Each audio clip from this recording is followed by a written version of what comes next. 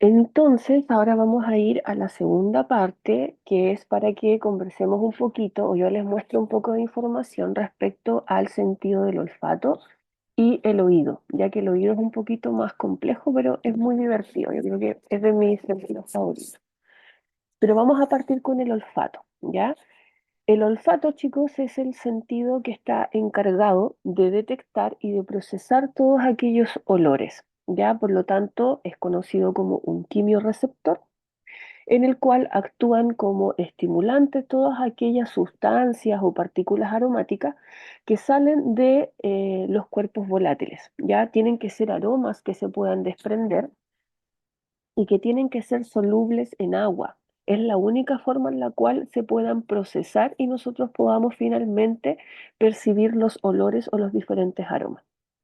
Obviamente, como vamos a hablar de olfato, a mí siempre me gusta hacer un recordatorio, ¿cierto?, de la anatomía inherente al sentido, en este caso que es el olfato, que debería ser la cavidad nasal, ¿cierto? Que yo sé que ustedes también ya la conocen, la han revisado, pero nunca está de más repasar un poquito. Acuérdense que la cavidad nasal son dos cavidades, ¿cierto? Separadas en la parte media por toda esta estructura que es el tabique nasal, ¿ya? Que no es solo el cartílago, ¿ya? Sino que es toda la conformación de estos huesos. Y vamos a tener una del lado derecho y otra del lado izquierdo, ¿cierto? Que hacia superior se va a estar comunicando con la fosa craneal anterior y hacia inferior va a compartir el piso o techo, ¿cierto? Con la bóveda palatina o con la cavidad oral propiamente tal. Si tuviéramos que describir las paredes, obviamente vamos a encontrar una pared superior, ya que va a estar dada por los huesos nasales o huesos propios de la nariz. Esta es una parte del cuerpo del hueso frontal junto con la espina nasal, la lámina cribosa del etmoide y una parte del cuerpo del efenoide, ¿cierto? En la pared inferior, que va a ser finalmente el piso de la cavidad nasal, pero a su vez va a ser el techo de la bóveda palatina, vamos a encontrar dos procesos. El proceso palatino de la maxila o del hueso maxilar y el proceso horizontal del hueso palatino. ¿Ya?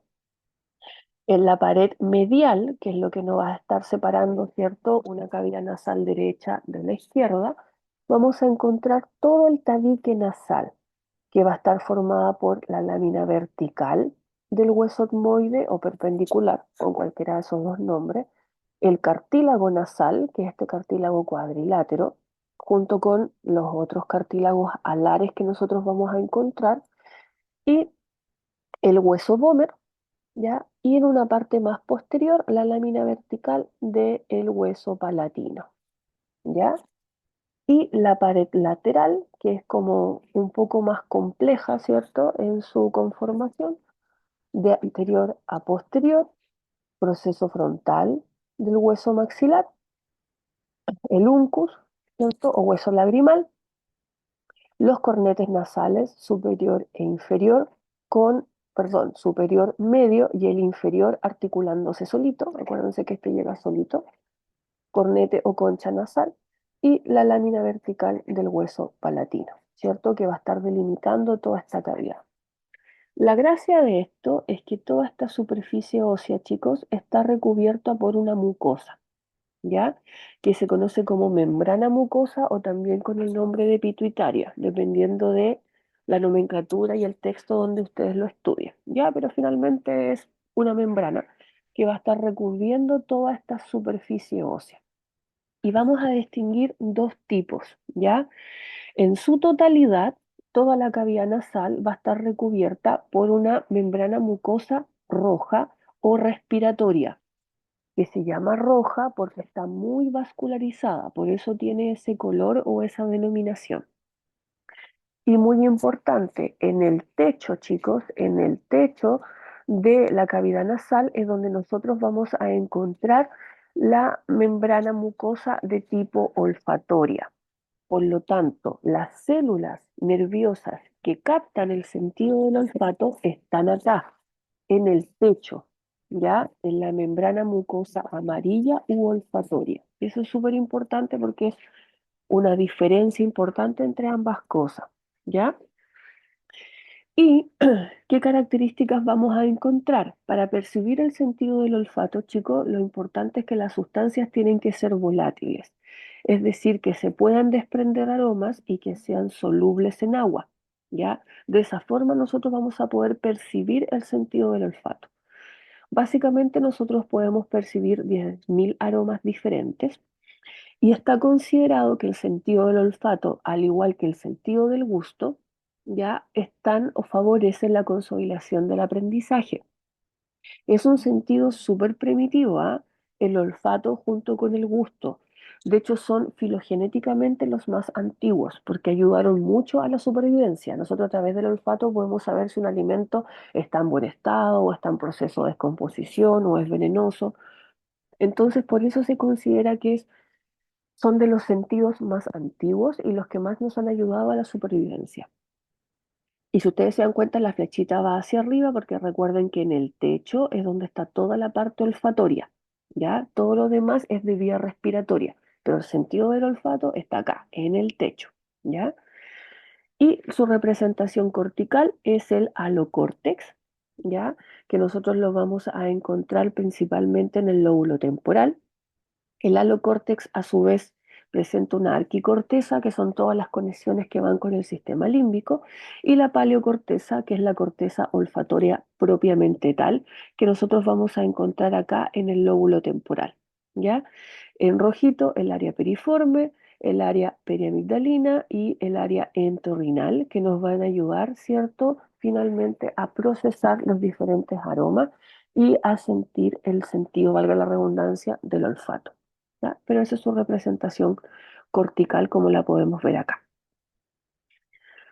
Hay diferentes tipos ya de niveles con respecto al sentido del olfato. Hay mamíferos que son de carácter, o animales en general, anosmios, es decir, que no perciben el sentido del olfato, ¿ya? Que son, por ejemplo, tipos de cetáceos, que básicamente es a través de ondas sonoras. Macrosmáticos que tienen un gran desarrollo del sentido del olfato, y después estamos nosotros, como los microsmáticos, ya que tenemos desarrollado el sentido del olfato, pero no en gran medida. Aún así, somos capaces de percibir 10.000 aromas distintos. Bueno, yo ahora que estoy resfriada no percibo nada, pero es transitorio. Si nosotros tuviéramos que ver esto, chicos, ya aquí es como nos vamos un poquito más hacia la parte nerviosa, ¿ya? Recuerden que toda esta cavidad nasal está envuelta por epitelio, pero en la parte más superior es donde nosotros vamos a encontrar la mucosa que es olfatoria, ¿ya? Al interior de esta mucosa hay tres células de importancia, ¿ya?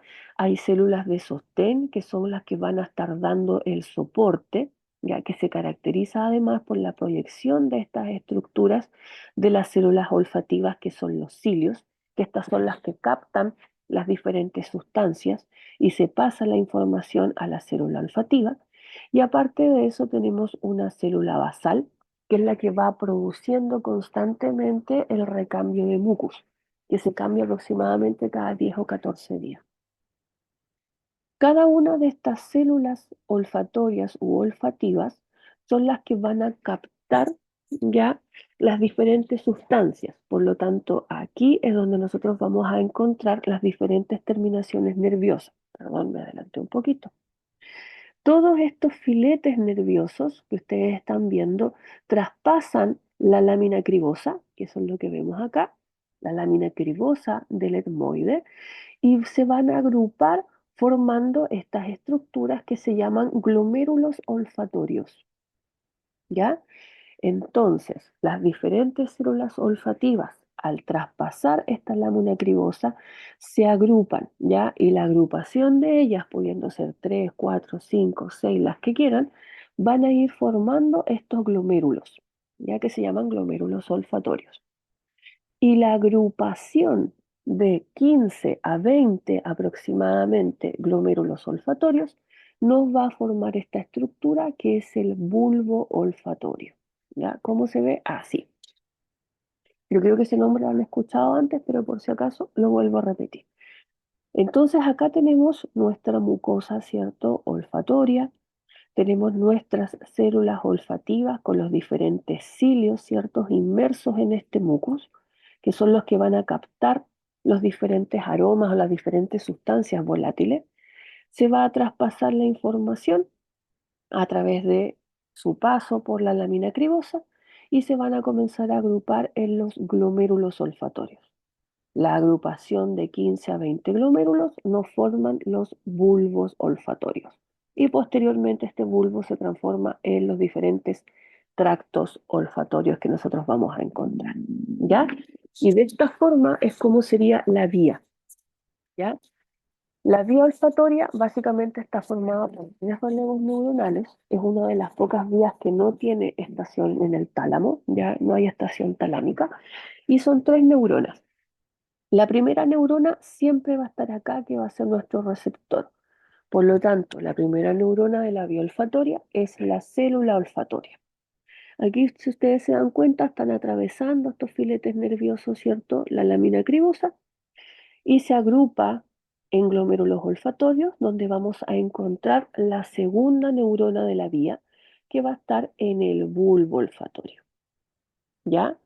Después esto toma, ¿cierto?, el tracto olfatorio, pudiendo tener una estría medial, que son todas las sensaciones olfatorias inconscientes, o una estría lateral, que es la que se va hacia la corteza olfatoria, donde vamos a encontrar la tercera neurona de la vía, ¿ya? Entonces recuerden siempre, en el sentido del olfato, 3 neuronas. La primera es la célula olfatoria, la segunda está en el bulbo y la tercera está en la corteza. ¿Ya? No hace relevo en el tálamo. ¿Ok? Y eso es básicamente lo que le quería contar con respecto al olfato. ¿Ya? Aquí ya nos vamos a detener un poquito más porque vamos a hablar de anatomía y del sentido de la audición. De partida, el oído, a pesar de ser un órgano muy chiquitito, ¿cierto? Es bastante complejo, ¿ya? Topográficamente existen 3 subdivisiones, lo que es el oído interno, oído medio y el oído externo, ¿ya? Cada uno de ellos con diferentes características y diferentes funciones, pero topográficamente, oído interno, oído medio y oído externo. A su vez, el oído interno está formado de anterior a posterior por el caracol cóclea, en la parte media el vestíbulo y los conductos semicirculares, que son 3, cada uno orientado en un sentido del espacio. El oído medio, de anterior a posterior, está formado por la tuba auditiva, en la parte media la caja del tímpano, y acá no se alcanza a ver muy bien, pero se ve un poco la mastoide, ¿cierto? Las celdas mastoideas. Y el oído externo, conducto auditivo externo, acá, y el pabellón auricular. Tradicionalmente llamada oreja, pero es el pabellón auricular en un lenguaje un poquito más técnico. Esto es lo que nosotros veríamos. Este es un corte, ¿cierto? Axial, como si estuviéramos viendo desde arriba, ¿cierto? A la altura de fosa craneal media. Esta es la porción petrosa, ¿cierto? Del hueso temporal. Y aquí es donde nosotros vamos a encontrar la distribución básicamente del oído interno, por acá el oído medio y saliendo el oído externo. Visto desde frente, ¿cierto? Como si fuera un corte frontal. Esto es oído interno, caracol cóclea, aquí está el vestíbulo, los canales semicirculares no se alcanzan a apreciar. Esto es oído medio, tuba auditiva, la caja del tímpano y por atrás las celdas mastoideas y oído externo, conducto auditivo externo y pabellón auricular. ¿Ya? Y lo que vamos a ver ahora es cómo se van a ir formando cada una de estas estructuras con sus funciones. Si nosotros sacáramos el oído interno, ¿cierto? Esto que estamos viendo acá y esto que estamos viendo acá, vamos a encontrar esta estructura: un caracol o cóclea, un vestíbulo y conductos semicirculares, cada uno orientado, como les dije, en un sentido del espacio. También estos chicos ustedes lo pueden encontrar descrito con el nombre de laberinto, porque siempre se ha dicho que el oído es un laberinto tallado al interior del peñasco del hueso temporal, que es como una descripción bonita, literaria con respecto a eso. Pero es bastante complejo, ya, así que no me extraña que se llame laberinto. Entonces, como yo les comentaba, en orden vamos a encontrar acá en verde, ¿cierto? Lo que es el caracol cóclea, en la parte media el vestíbulo y hacia atrás los conductos semicirculares. Si nosotros viéramos cómo está formado el caracol, ¿cierto? Hiciéramos un corte, ¿cierto? En diagonal, esto es lo que nosotros vamos a observar. Una parte central, ya con forma de triángulo, que se llama columela o modiolo, ya ese es el nombre con el cual lo pueden encontrar, sobre el cual se va a ir enrollando una especie de tubo para formar el caracol. Esto es lo que nosotros veríamos. Esta parte de aquí, ¿cierto? Ese triangulito que está acá, es lo que yo les voy a mostrar acá en la imagen. La columela y modiolo. Y sobre esa columela gira un tubo que da una, dos vueltas y media para poder formar el caracol. ¿Ya? En la parte central entonces, la columela o modiolo, viene el tubo, una vuelta, dos vueltas y media y formamos todo el caracol.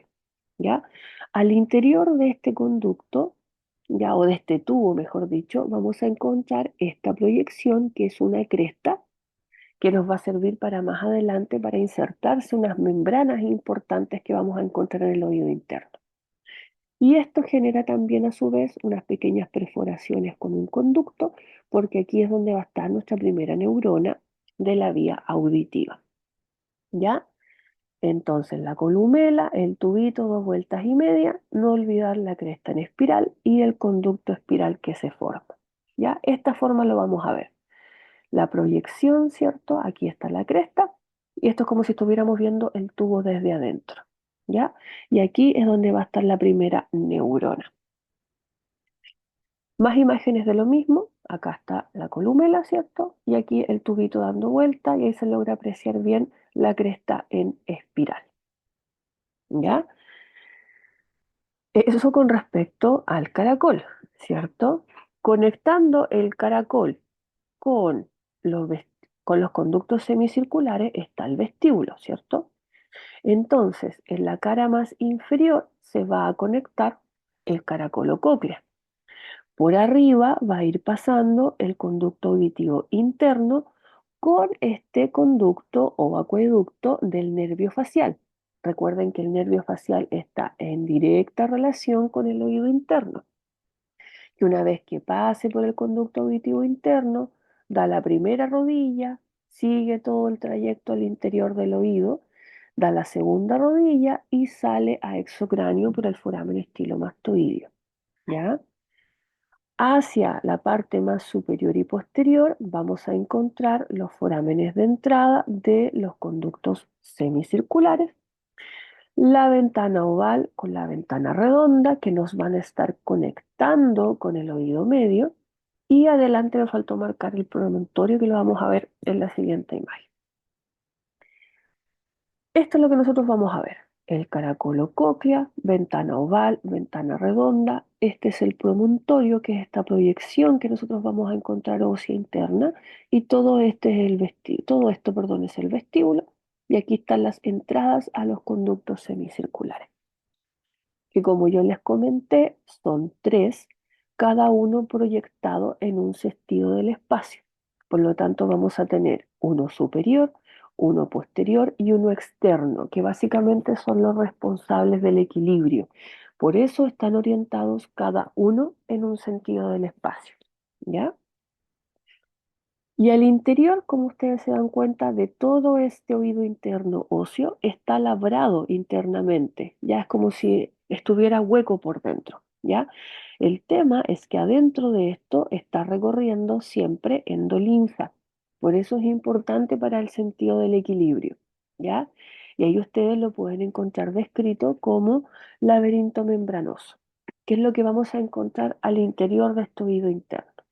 El utrículo con el sáculo, posteriormente el caracol membranoso y los conductos semicirculares ya membranosos. Que esto es lo que nosotros vamos a encontrar al interior ya de todo este oído interno. Y aquí va circulando la linfa o endolinfa, ¿cierto? Y va siendo responsable también del sentido del equilibrio. Esto es lo que nosotros vamos a ver si nosotros lo retiramos completamente, ¿ya? Este sería el octavo par craneal, recuerden, o nervio vestíbulo coclear, que una vez que llega al oído interno, se divide en su porción coclear, que se va a la cóclea, y en la porción vestibular, que se va hacia el vestíbulo. ¿Ya? Que es todo lo que tenga que ver con el equilibrio, y la rama coclear es todo lo que tenga que ver con la audición, ¿ya? ¿Se acuerdan que yo antes les dije? Recuerden siempre que en esta cresta nos va a servir para la inserción de membranas, ¿ya? Porque todo acá adentro va circulando linfa, pero también vamos a encontrar diferentes estructuras responsables del sentido de la audición. Por lo tanto, este es como si estuviéramos viendo el tubo desde adelante. Esta es la cresta en espiral, de la cual se van a desprender dos membranas. Una que se llama membrana vestibular y la otra que es la membrana basilar. Y este nos va a dividir este tubo en tres rampas. Así se escribe, ¿ya? O se describen. La rampa vestibular, la rampa coclear y la rampa timpánica, ¿ya? Ahí se ve membrana vestibular, membrana basilar y estos tres espacios que se forman: rampa vestibular, rampa coclear y la rampa timpánica, ¿ya? Así es como se observa. Lo mismo, el tubo, ¿cierto? Con las membranas y las tres rampas. ¿Cuál es la gracia de esto? Que en la rampa coclear, chicos, nosotros vamos a encontrar al órgano de Corti. El órgano de Corti, o la primera neurona de la vía auditiva, es el órgano o estructura responsable de recibir todas las ondas sonoras, que son ondas mecánicas, y la transforma en impulsos eléctricos, ¿ya? Para que se pueda generar finalmente el sentido de la audición, ¿ya? Entonces eso es lo más importante. ¿Dónde está la primera neurona de la vía auditiva? En la rampa coclear, en el órgano de Corti, ¿ya? Que es, como les digo, el responsable de transformar todas estas ondas mecánicas, que son ondas sonoras, en impulsos eléctricos, ¿ya? Y ahí están delimitadas las tres rampas, ¿ok? Ahí están las membranas y las otras rampas, la rampa vestibular y la rampa timpánica, después son cerradas por unos huesecillos que son los huesecillos del oído, que lo vamos a ver un poquito más adelante. Eso con respecto al oído interno. Después tenemos el oído medio. De anterior a posterior tenemos la tuba auditiva, la caja del tímpano en la zona media y las celdas mastoideas. Esto es lo que nosotros vamos a observar. Esto es el oído medio. Tuba auditiva, la caja del tímpano y las celdas mastoideas, ¿ya? Las celdas mastoideas, como su nombre lo dice, lo vamos a localizar en la mastoide y básicamente son cavidades que van a estar llenas de aire, ¿ya? Es nuestra caja de resonancia finalmente para el sonido, ¿ya? La tuba auditiva, por su parte, ¿ya? Es un conducto que es osteofibrocartilaginoso, ¿ya? Tiene una parte ósea, una parte de cartílago, que nos va a comunicar la caja del tímpano con la rinofaringe. Este es nuestro paso de aire, ¿ya? Se generan ciertos movimientos o vibraciones al interior de la caja del tímpano y obviamente la siguiente caja de resonancia es nuestra celda mastoidea. Hay dos músculos importantes que están asociados a la tuba auditiva, que yo creo que los van a recordar porque los conocen de la parte de faringe, que son el tensor del velo del paladar y el elevador del velo del paladar, que tienen parte de su inserción en la tuba auditiva. Y aquí vamos a encontrar la caja del tímpano, ya que se llama caja porque tiene forma de cubo, por lo tanto tiene 6 paredes. Y la gracia es que en su interior va a contener los huesecillos del oído, los tres huesecillos, yunque, estribo, martillo, más dos músculos enanos, pero que son muy importantes, el músculo del estribo y el músculo del martillo. ¿Ya? Entonces, como yo les comenté, al interior, ¿cierto?, de la caja del tímpano vamos a encontrar los huesecillos del oído. Recuerden que estos huesecillos están articulados, los tres. Es una articulación de tipo sinovial, por lo tanto es una articulación que tiene movimiento, ¿ya? Acá tenemos el estribo, ¿cierto? El martillo y el yunque, que es el medio de conexión. La articulación entre el yunque, ¿ya? Y el estribo es una articulación de tipo sinovial esferoidea, ¿ya?